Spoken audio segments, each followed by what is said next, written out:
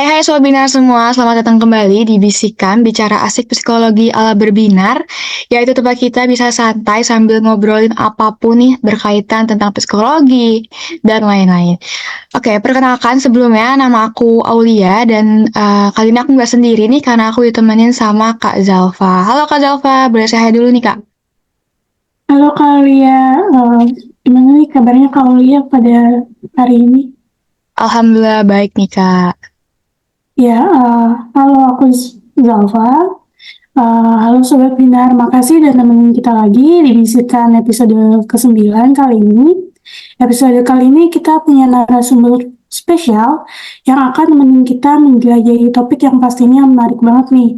Narasumber kita hari ini yaitu ada Mbak Dinda. Selamat datang Mbak Dinda. Salam kenal. Iya, halo Zalfa dan Aulia. Terima kasih sebelumnya sudah diajak bergabung ke podcast atau ini ya, kita mau istilahnya ngobrol-ngobrol di sini ya, bareng Berbina. Iya betul Mbak. Oke, Mbak Dinda sendiri gimana nih Mbak kabarnya hari ini? Alhamdulillah sehat-sehat semuanya. Jadi meskipun cuacanya kadang mendung, kadang terang ya, tetap kita mesti semangat, mesti istilahnya kita berusaha untuk produktif gitu ya. Oke, mungkin Sobat Bina semua juga penasaran nih Mbak mengenai Mbak lebih lanjut. Mungkin dari Mbak Dina dulu boleh nih Mbak perkenalan dengan Sobat Binar semuanya. Oke, baik. Eh, saya seorang psikolog. Saat ini saya bekerja di bidang perlindungan perempuan dan anak di bawah pemerintah Kota Surabaya. Biasanya saya berpraktiknya di Puspaga Seolah Lantai 2 atau mungkin teman-teman yang mau konsultasi pribadi bisa misalnya ke tempat praktik saya ada di Humility daerah Waru Sidoarjo. Wih, keren-keren banget nih Mbak Dinda. Oke, mungkin setelah tadi aku udah perkenalan, terus Kak Zalfa juga perkenalan, dan Mbak Dina sendiri juga perkenalan. Mungkin teman-teman Sobat Binar semua nih yang lagi mendengar podcast ini udah gak sabar nih. Kira-kira kita bakal ngebahas apa sih untuk episode ke-9 ini gitu. Nah oke, Sobat Binar semua. Episode kali ini kita akan ngebahas topik yang pasti kita semua hadapi nih sehari-hari atau relate lah dengan sehari-hari kita gitu. Nah, tema episode kita kali ini yaitu adalah mengatur ekspektasi jalan menuju kebahagiaan yang lebih realistis. Karena nih ekspektasi yang terlalu tinggi dan nggak realistis tuh kadang-kadang malah mempersulit diri kita sendiri gitu. Bener gak nih Kak Zalfa nih? Iya, bener banget Kak Lia. Kita nih pasti sering banget mengharapkan yang muluk-muluk, tapi pas udah nggak kecapai, malah kecewa. Nah, Bener. gitu ya, pasti banyak dari kita yang mengalami seperti itu. Nah, di episode pada kali ini kita akan tahu tahu gimana sih caranya biar kita bisa lebih bijak ngatur ekspektasi dan raih kebahagiaan yang lebih realistis bersama narasumber kita yaitu Mbak Dinda. Yes, Ya. betul banget nih. Oke, mungkin aku udah penasaran, Kak Zalfa juga penasaran kayaknya ya, buat kita ngebahas lebih lanjut nih mengenai tentang apa itu ekspektasi atau apa itu realistis gitu ya. Oke, mungkin aku mau langsung tanya-tanya nih ke Mbak Dinda. Untuk yang pertama itu, jadi gimana sih Mbak gitu ya cara ekspektasi ini mempengaruhi nggak atau kayak gimana sih pengaruh ekspektasi yang nggak realistis ini buat kesejahteraan mental kita gitu Mbak? Oke, baik Kak Aulia ya. Jadi kalau kita tahu, kita mesti tahu dulu nih apa sih maksudnya ekspektasi itu gitu. Karena kita tahu bahwa ekspektasi itu termasuk cita-cita, ada harapan juga, ada keinginan akan sesuatu. Gitu. Kalau kita pahami bahwa, jadi ketika kita punya ekspektasi, kita punya itu semua gitu. Termasuk cita-cita, harapan, keinginan sesuatu. Gitu. Nah, ekspektasi yang nggak realistis itu ketika apa? Ketika misalkan harapan atau target yang diletakkan itu pada tingkat yang sangat tinggi atau nggak sesuai sama kemungkinan yang realistis atau nggak sesuai sama diri kita sebenarnya. Nah, ekspektasi yang semacam ini seringkali dibentuk oleh persepsi yang tidak akurat terhadap kemampuan diri kita, terhadap situasi yang kita hadapi gitu. Jadi misalkan kalau kita berekspektasi punya, misalkan dalam bidang wirausaha ya contohnya ya, kita berekspektasi nih punya keuntungan yang banyak dalam waktu yang singkat. Padahal kita nih barusan mulai bisnis, barusan saja memulai gitu lah. Istilahnya baru dari nol ya gitu. Atau mungkin contohnya kayak misalkan seorang siswa punya harapan nilainya itu sempurna dalam semua ujian padahal usaha belajarnya masih rata-rata atau belum maksimal gitu ya. Ini kan pasti nggak mungkin kan. Kemudian apa hal yang kita ekspektasikan itu bisa juga loh berbanding terbalik dengan realitanya sebenarnya gitu. Karena nah ini yang karena berbanding terbalik nggak sesuai dengan realita akhirnya bikin kita stres, bikin kita cemas, bikin kita akhirnya overthinking juga. Jadi dari kejadian di luar ekspektasi kita tuh belajar bahwa ternyata ada emosi yang muncul loh. Bisa aja emosinya kan positif atau mungkin negatif gitu. Dari hasil ekspektasi yang kita punya sebenarnya. Nah, itu sebenarnya berkaitan juga gitu. Nah, kalau kita berekspektasi bahwa semua hal akan berjalan dengan baik tapi kenyataannya tidak, maka ada dampak nih emosi negatif yang muncul gitu. Nah, ekspektasi yang nggak realistis itu juga bisa jadi berbagai faktor. Jadi kayak sumbangan berbagai aspek gitu ya, termasuk pengaruh lingkungan. Ada lagi mungkin ekspektasi di luar kita, ekspektasi lingkungan kita. Kemudian ada yang persepsi yang tidak ideal atau kurang sesuai dengan situasi itu sendiri sebenarnya. Nah, ini yang bisa berdampak negatif karena apa? Bisa menimbulkan stres, bisa menimbulkan emosi negatif kayak misalkan kecewa. Nah, itu dia kaitannya dengan istilahnya kesejahteraan mental seseorang. Jadi mungkin ekspektasi emosi yang ditimbulkan baru dampaknya ke kesehatan mental seseorang. Wah, oke oke. Jadi ternyata dari ekspektasi itu ya Mbak, jadi bisa menghasilkan emosi nih, antara itu positif ataupun negatif gitu ya. Dan nantinya hal emosi ini akan bisa berdampak gitu ya. Oke, mungkin selanjutnya nih masih berkaitan mungkin Kak Zalfa ingin bertanya-tanya nih, boleh banget Kak Zalfa?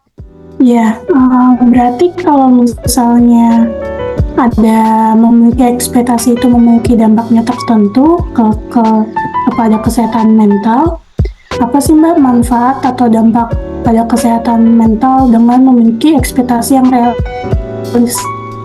Apakah kita harus selalu memiliki ekspektasi yang realistis untuk mencapai kebahagiaan yang lebih seimbang gitu Mbak? Baik, pertanyaannya luar biasa ya Zalfa ya. Jadi kalau kita tanya, jadi manfaat punya ekspektasi yang realistis itu bisa berdampak nggak sih buat kesehatan mental kita atau mungkin buat kebahagiaan kita ya gitu. Jadi kalau misalkan kita punya ekspektasi nih yang realistis, punya manfaat yang pertama untuk diri kita lebih welas asih ke diri kita dulu gitu. Misalnya ketika kita paham nih situasi atau tantangan yang kita miliki, kita jadi bisa mempertimbangkan kendala apa sih yang mungkin muncul ketika kita menyelesaikan tantangan ini tadi gitu. Jadi ini tidak terlepas dari pengalaman di masa lalu ya, atau mungkin informasi yang sudah kita peroleh di masa lalu gitu. Jadi kita sudah punya pengalaman sebelumnya gitu. Nah, ekspektasi yang realistis juga bisa melatih kita untuk lebih fleksibel sih terhadap perubahan sebenarnya gitu. Jadi ketika kita punya ekspektasi yang realistis, kita lebih bisa untuk menghadapi perubahan dan lebih bisa untuk beradaptasi. Karena memang kehidupan ini kan seringkali tidak dapat diprediksi ya Kak Zalfa ya. Jadi bisa jadi kita akhirnya punya plan B karena kita tahu bahwa kemungkinan plan A tidak efektif, maka aku harus punya plan B nih kayak gitu. Jadi ketika kita menetapkan ekspektasi yang realistis itu bisa membantu kita untuk lebih fleksibel ketika menghadapi tantangan. Akhirnya kita bisa fokus sama tujuan kita. Kemudian dengan cara yang lebih adaptif nih, secara emosional kita bisa istilahnya menuju ke action kita. Apa sih langkah-langkah yang perlu aku lakukan nih untuk istilahnya mengeksekusi ya apa yang menjadi harapan aku gitu.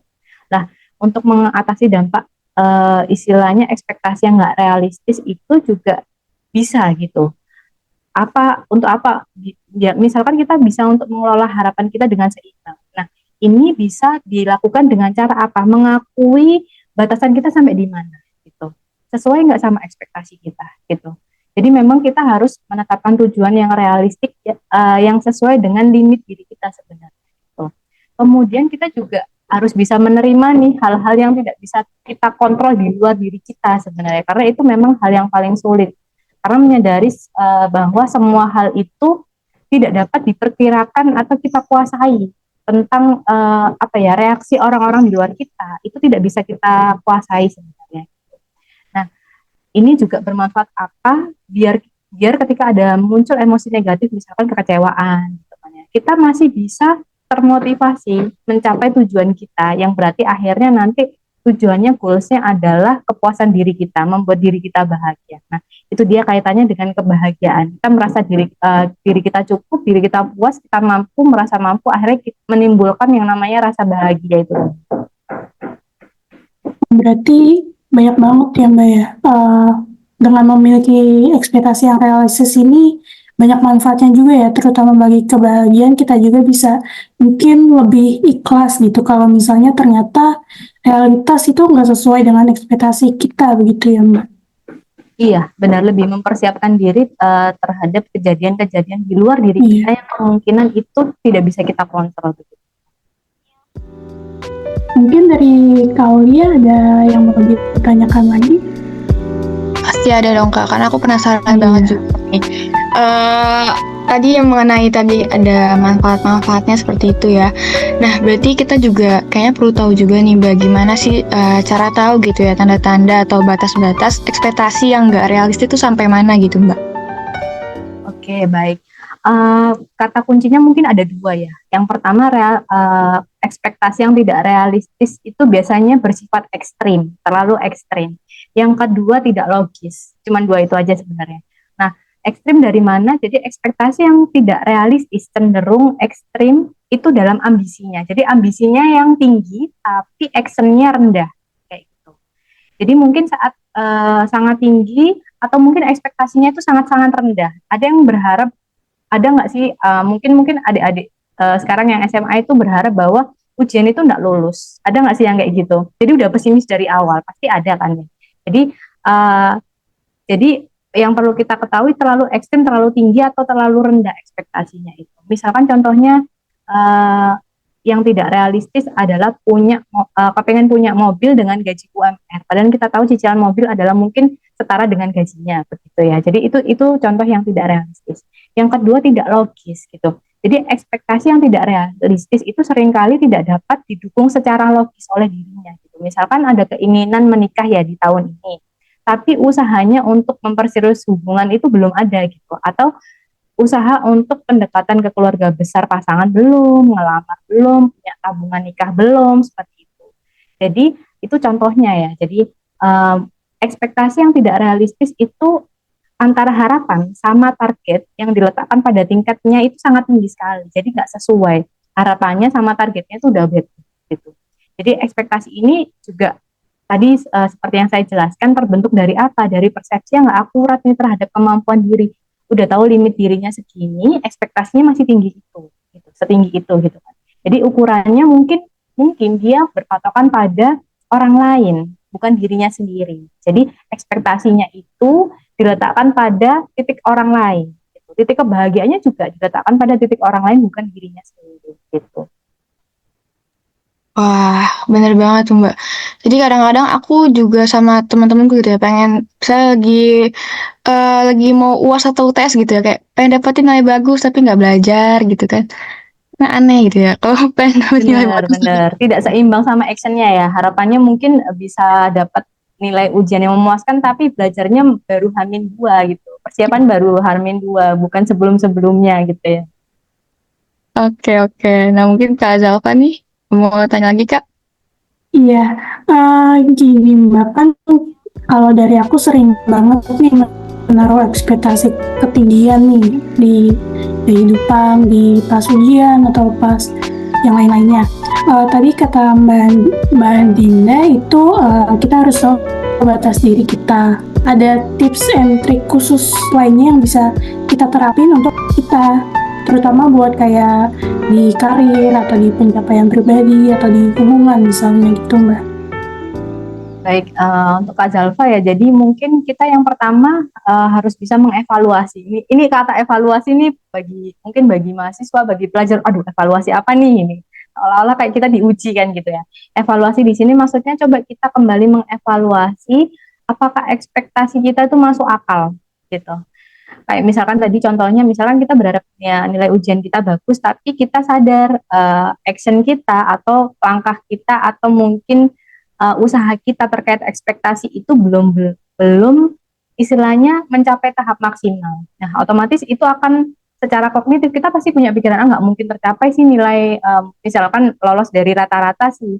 Kayak seperti itu. Jadi contoh ekspektasi yang masuk akal contohnya adalah seperti ini. Seorang karyawan misalkan punya ekspektasi ya, punya jabatan yang lebih tinggi setelah dia mungkin bekerja dalam waktu yang panjang, lebih dari 5 tahun dan menunjukkan kinerja yang bagus. Dia kepengen naik jabatan. Nah, itu contoh ekspektasi yang masuk akal. Nah, itu tadi yang pertama evaluasi ya. Dan yang kedua mungkin bisa kita juga bisa melihat sisi yang lain, melihat perspektif yang lain. Nah, daripada merasa kecewa, kemudian ada perasaan negatif, ada pikiran dan perasaan negatif, nggak ada salahnya kita melihat hal yang baru saja terjadi dalam hidup kita, itu dari sudut pandang yang lain. Misalkan kita akhirnya mungkin nilai ujian kita tidak memuaskan ya, atau kita bilang tidak, istilahnya tidak lolos UKM lah, seperti itu ya. Nah, kamu bisa kayak merefleksikan nih, atau memotivasi dirimu untuk melakukan usaha yang lebih baik lagi. Oh ya, dari pengalaman yang kemarin, karena usaha belajarku masih belum maksimal, berarti aku nggak boleh kayak gini nih. Aku usaha belajarnya harus 2 kali lipat nih, misalkan. Nah, itu yang kedua ya, melihat perspektif lain. Nah, yang ketiga bisa jadi kita udah bisa nih acceptance, menerima nih. Selalu ingat bahwa banyak hal yang di luar kendali diri kita, gitu. Di luar kendali termasuk orang-orang lain, keadaan dari luar dirimu, bahkan orang yang kita anggap keluarga juga terkadang reaksinya itu mungkin akan di luar diri kita ya, atau mungkin belum bisa kita terima. Nah, sekeras apapun kamu berusaha, tetap saja kamu tidak akan bisa mengontrol hal itu, gitu. Apapun reaksi orang di luarmu. Jadi yang perlu kamu pahami dalam hidup memang ada beberapa yang harus istilahnya diterima sebagai kelapangan hati. Misalkan ada kondisi-kondisi yang tidak sesuai. Oh iya ya, kayak belajar legowo istilah bahasa Jawanya kayak gitu kan. Pada akhirnya rasa kecewa itu ternyata bisa kita nilai sebagai sesuatu yang bermakna, indah. Oh, dari rasa kecewa sebenarnya aku belajar loh tentang diriku. Oh, diriku ketika ada muncul rasa kecewa tuh ternyata jadi pribadi yang seperti ini. Gitu. Jadi dari rasa kecewa aku belajar mentolerir bahwa ada hal-hal yang sebenarnya masih aku tuh berproses untuk menerima itu. Gitu. Jadi kita tuh lebih mengenal diri kita juga akhirnya. Gitu. Berarti dari kita bisa mengatur ekspektasi ini, kita juga bisa evaluasi diri, lebih mengenal diri kita juga ya Mbak. Benar sekali. Jadi Iya. nggak melulu melihat hal-hal di luar ekspektasi kita itu menjadi sesuatu hal yang negatif, tapi kita bisa memaknai itu. Oh, ternyata kita butuh loh aspek negatif yang memang aspek negatif ini ternyata membantu kita juga untuk tumbuh. Gitu. Nggak bedanya tanaman ya nggak cuma dapat air, dia juga dapat pupuk, dapat istilahnya dapat panas dan dapat cahaya matahari seperti itu. Ternyata diri kita butuh loh yang seperti itu. Berarti banyak yang bisa dipelajari dari pengalaman ya, dengan mengatur ekspektasi kita ini. Benar. Iya, mungkin dari Claudia ada yang mau ditanyakan lagi? Ada nih Kak, aku pengen nanya nih ke Mbak Ninda. Dari tadi pertanyaan yang tadi gitu ya, lanjut lagi gitu, bagaimana sih kita bisa lebih bijak gitu dalam mengatur tingkat kebahagiaan tanpa nantinya kita nih terjebak di ekspektasi yang terlalu tinggi gitu Mbak. Oke, baik. Perlu kita pahami dulu ya Kak Aulia. Jadi kita paham dulu makna dari kebahagiaan itu apa, gitu. Kalau dari Kak Aulia nih kebahagiaan itu apa sih? Boleh dikasih ini nggak apa sih? Oh, bahagia itu ini loh Kak menurut aku gitu. Oke, kalau dari aku sendiri sih Mbak, bahagia menurut aku itu melakukan hal-hal yang aku senangi gitu ya. Terus juga apa ya, mencapai hal-hal yang aku tuju gitu. Jadi itu merupakan yang aku senangi dan saya yang aku impikan tercapai gitu. Jadi aku bahagia atau senang. Terus juga ya hal-hal yang positif untuk aku dan lingkungan sekitar aku itu juga termasuk kesenangan aku gitu. Oke, berarti kalau bisa aku simpulkan kebahagiaan versi Kak Aulia di sini adalah kepuasan meraih sesuatu ya, begitu ya Kak ya? Ya itu.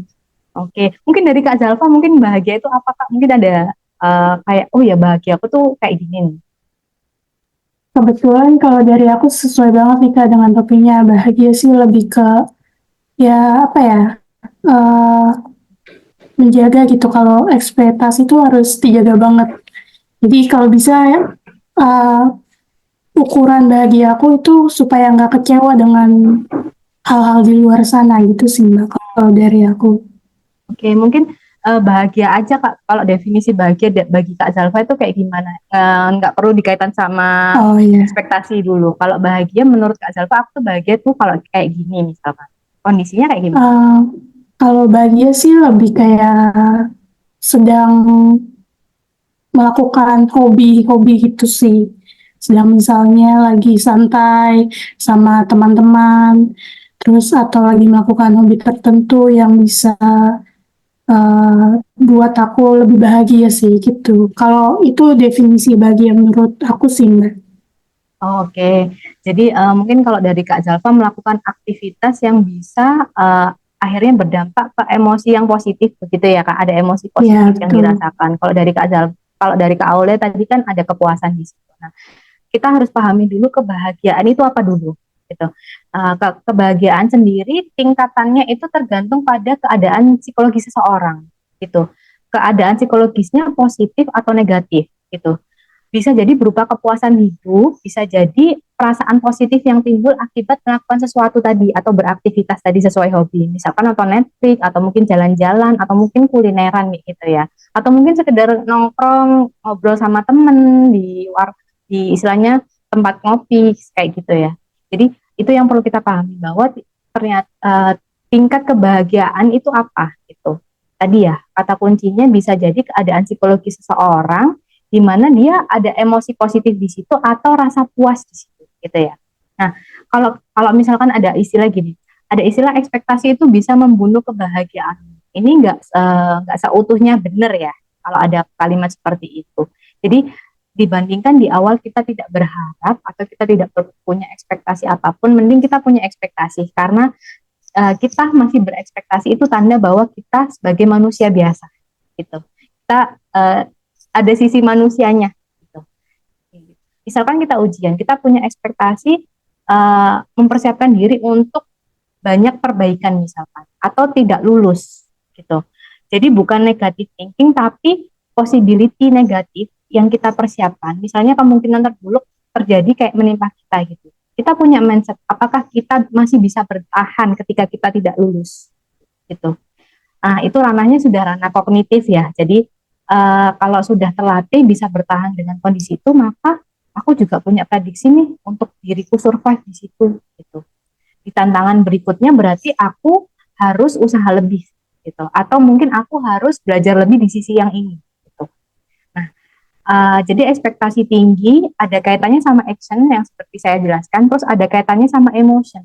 Jadi emotion itu bisa jadi pemaknaan kita terhadap emosi kita, kemudian kepuasan diri kita juga gitu.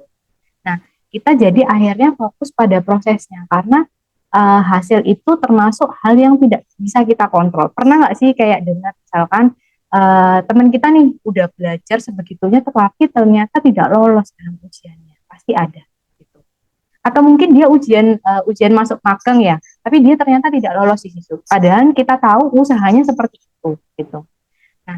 Nah, ada istilahnya kalau di psikologi itu ada namanya premeditation. Gitu. Kita memikirkan kemungkinan hal yang terburuk yang terjadi supaya apa? Supaya diri kita siap.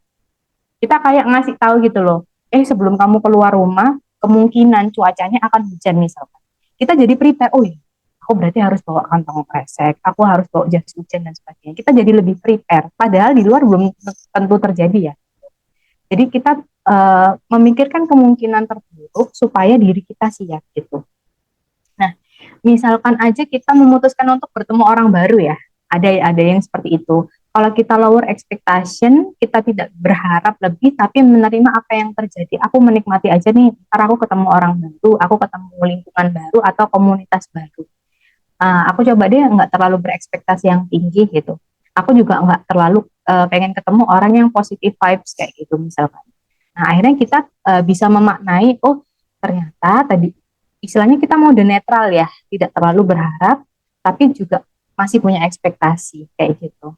Nah, terkadang harapan kita itu memang terbentuk secara tidak sadar. Contohnya kayak gini, misalkan kita pesan makanan via online ya, kita berharap bahwa makanan itu cepat datang gitu. Tapi ternyata kenyataannya enggak. Atau kita berekspektasi uh, kemungkinan ini kayaknya lama deh. Kenapa sih yang pertama ini jam-jam macet gitu. Jadi akhirnya kita bisa membuat keputusan bahwa oh ternyata masih ada hal-hal yang di luar ekspektasi kita yang bisa mempengaruhi kondisi kita gitu. Jadi misalkan jadi itu tadi ya contohnya. Jadi kadang ekspektasi kita dibentuk secara tidak sadar gitu. Nah, contohnya seperti itu sih.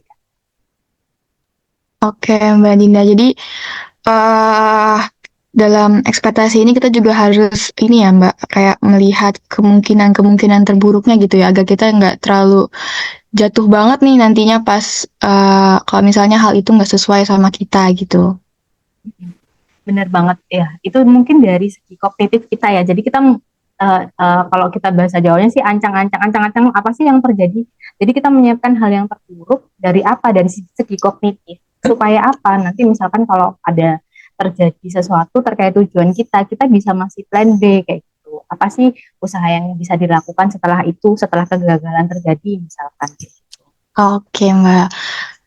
Dari Kak Zalfa, apakah ada tanya-tanya lagi nih Kak? Ya, aku ada satu pertanyaan lagi sih, Mbak.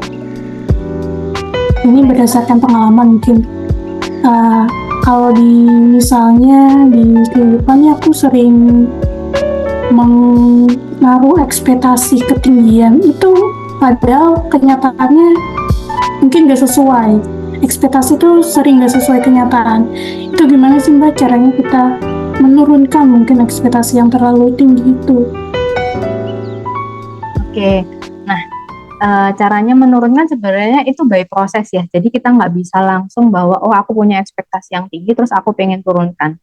Biasanya ketika seseorang pengen lower expectation itu ada pengalaman negatif sebenarnya atau pengalaman yang tidak membuat dirinya nyaman. Akhirnya dia sadar bahwa oh iya ternyata aku nggak bisa ya. Misalkan gini, contohnya gini, ada mahasiswa yang berekspektasi dia bisa kuliah sambil kerja misalkan.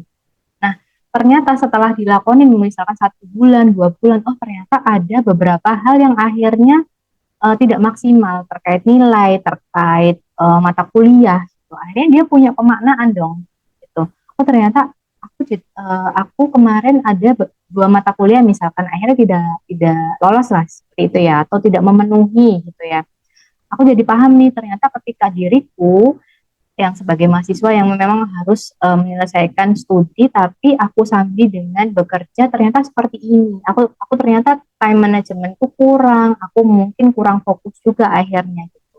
Nah, mungkin dari hal-hal seperti itu dari pengalaman kita bisa lower sendiri sebenarnya. Gitu. Jadi tidak melulu kita punya ekspektasi yang tinggi, kemudian kita coba untuk action lalu kita menurunkan enggak. Tapi kita harus ada pengalaman itu tadi ya. Ternyata kita ada pemaknaan tadi terhadap diri kita yang membuat kita akhirnya sadar, oh ternyata limitku segini loh, gitu.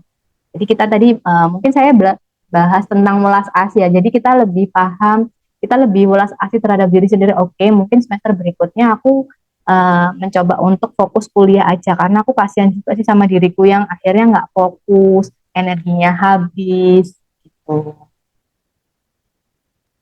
Berarti lebih sering refleksi dan evaluasi diri gitu kali ya Mbak untuk menurunkan dan memaknai berdasarkan pengalaman yang udah itu gimana. Iya, jadi evaluasi lagi apakah ekspektasi kamu benar-benar sesuai dengan potensimu atau ekspektasimu masih masuk akal, masih kamu bisa ada action untuk reach out ke situ gitu. Oh iya, benar banget sih Mbak itu. Kalau dari Kaulia, gimana? Apakah ada lagi? Oke, dari aku cukup sih Kak. Karena nggak berasa banget nih ternyata kita udah berapa menit ngobrol gitu ya. banyak banget insight yang kita dapat pada pembahasan hari ini gitu ya di podcast kita kali ini. Pastinya juga banyak banget nih insight yang Sobat Binar terima, dan kita juga pastinya nih aku Kak Zalfa. Dan sebelum kita akhiri bisikan Spotify episode ke-9 ini, mungkin dari Mbak Adinda sendiri nih bisa memberikan closing statement nih Mbak untuk Sobat Binar semuanya. Baik, sebelumnya terima kasih ya untuk Kak Zalfa dan Kak Aulia sudah ngobrol-ngobrol bareng saya, kemudian Sobat Berbinar yang lainnya.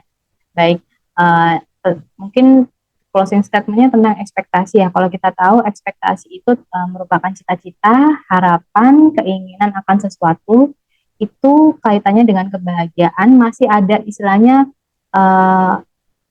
istilahnya ada aspek perantaranya gitu, termasuk emosi kita, action kita gitu. Jadi pengaruhnya bagaimana bisa mempengaruhi tingkat kebahagiaan kita, yaitu tadi ya. Jadi ekspektasi kita, bagaimana kita bisa melakukan action, kemudian action itu apakah berdampak pada emosi kita gitu. Jadi mungkin itu ya. Jadi ekspektasi manusia punya ekspektasi itu sangat-sangat wajar dan harus gitu. Jangan sampai kita tidak berekspektasi terhadap sesuatu, karena itu sama aja kayak kita menghilangkan ekspektasi kita menghilangkan diri kita gitu. Karena tanda manusia hidup adalah berekspektasi. Itu aja Kak mungkin. Terima kasih banyak ya Mbak Ninda atas insight-nya dari closing statement tadi, sangat informatif dan sangat bermanfaat banget sih bagi kita, bagi aku, dan bagi Kak Aulia, dan bagi sobat-sobat Bina di luar sana yang pastinya sangat memotivasi kita semua gitu. Oke, tadi udah ada. Yes, oke Mbak.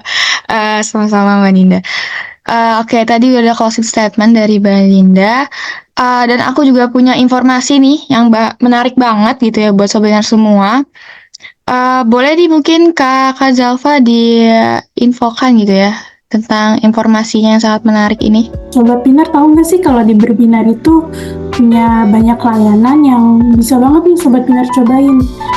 Misalnya buat Sobat Binar yang ingin berkonsultasi dan menceritakan keluh kesah, Berbinar itu menyediakan layanan konseling bersama psikolog maupun bersama konselor. Sebaya nih Sobat Binar. Berbinar juga menyediakan layanan psikotes loh. Bagi Sobat Binar yang ingin mengenal diri lebih dalam dan mengetahui kemampuan diri yang Sobat Binar miliki, Berbinar menyediakan layanan psikotes berupa tes minat bakat ataupun tes intelijensi juga ada. Selain itu, dari Berbinar juga ada produk baru nih Sobat Binar yang baru aja dirilis oleh Berbinar, yaitu namanya Berbinar Plus. Apa sih Berbinar Plus itu? Berbinar Plus adalah layanan one package yang terdiri dari kelas daring berbasis video pembelajaran, konseling materi secara langsung, dan juga psikotes yang disediakan oleh Berbinar. Nah, bagi Sobat Binar yang berminat dengan produk dari kami, bisa mendaftar di link yang ada di pin postingan Instagram Berbinar, atau Sobat Binar juga bisa langsung DM ke Instagramnya Berbinar ya. Itu kau lihat. Yes, bener banget nih yang infoin sama Kak Zalfa tadi tentang layanan-layanan yang ada di Berbina. Jadi buat Sobat Binar semua yang tertarik gitu ya tentang tadi yang sudah diinfokan oleh Kak Zalfa, bisa banget langsung cek-cek aja nih IG-nya Berbinar. Dan juga kalau pengen tanya-tanya, boleh banget langsung DM atau lihat dulu informasinya di highlight-highlightnya atau yang dipin di Instagram. Oke, itu dia Sobat Binar. Sekali lagi aku pengen ngucapin terima kasih banyak ke Mbak Dinda yang udah berbagi pengetahuan nih, pengalaman juga dan tips-tipsnya. Semoga bisikan episode ke-9 ini kita bisa bantu Sobat Binar untuk menyimbangkan antara ekspektasi dan realitas. Dan aku juga pengen ngucapin terima kasih banyak ke Kak Zalfa yang udah menjadi partner aku nih untuk podcast pada hari ini. Ya, terima kasih juga Kak Aulia sudah menemani Sobat Binar semua. Dan untuk Sobat Binar, jangan lupa untuk mendengarkan bisikan di episode lainnya. Dan jangan lupa juga untuk share episode kali ini kepada Sobat Binar yang lain. Mungkin bisa di-share ke teman-temannya untuk didengerin baik-baik. untuk didengarkan bersama-sama. Kita akan balik lagi dengan topik seru lainnya. Selamat. Yes, betul banget teman-teman Sobat Pinter semua. Setelah Sobat Pinter mendengarkan ini bisa banget di-share-share ke teman-teman Sobat Pinter semua. Dan jangan lupa stay tune untuk dengerin episode-episode selanjutnya yang pastinya bakal lebih seru lagi. Dari aku dan Kak Zalfa dan Maninda cukup sekian. Sampai ketemu lagi Sobat Binar. See you. Dadah.